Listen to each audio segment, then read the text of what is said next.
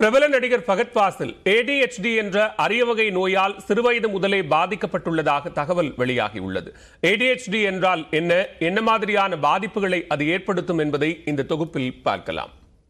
நடிப்பில் இப்படி பட்டையை கிளப்பும் ஃபகத் ஃபாசில் மலையாளம், தமிழ் படங்களில் தற்போது பிஸியாக இருக்கிறார். மிகவும் எதிர்பார்க்கப்படும் ரஜினிகாந்தின் வேட்டையன், அல்லு அர்ஜுனின் புஷ்பா 2 உள்ளிட்ட படங்களிலும் நடித்து வருகிறார். காமெடியோ, கதாநாயகனோ, வில்லனோ எந்த கேரக்டர் கொடுத்தாலும் அதில் தனது முத்திரையை பதிக்கக்கூடியவர் ஃபகத் ஃபாசில்.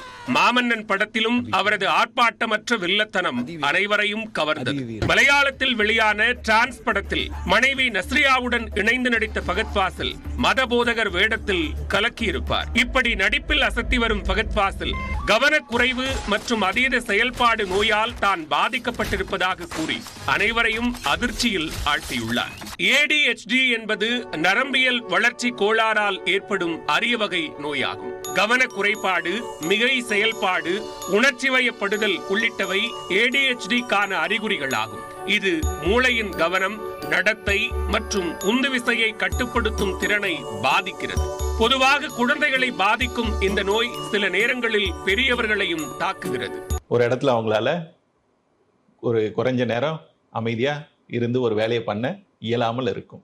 எப்பயும் ஓடுறது, ஒடியாடுறது, துருன்னு இருக்கிறது, ஏறுறது, இறங்குறது, குதிக்கிறது, டிவி ஆன் ஆஃப், இது மாதிரி ஏதாவது பண்ணிக்கிட்டே இருப்பாங்க.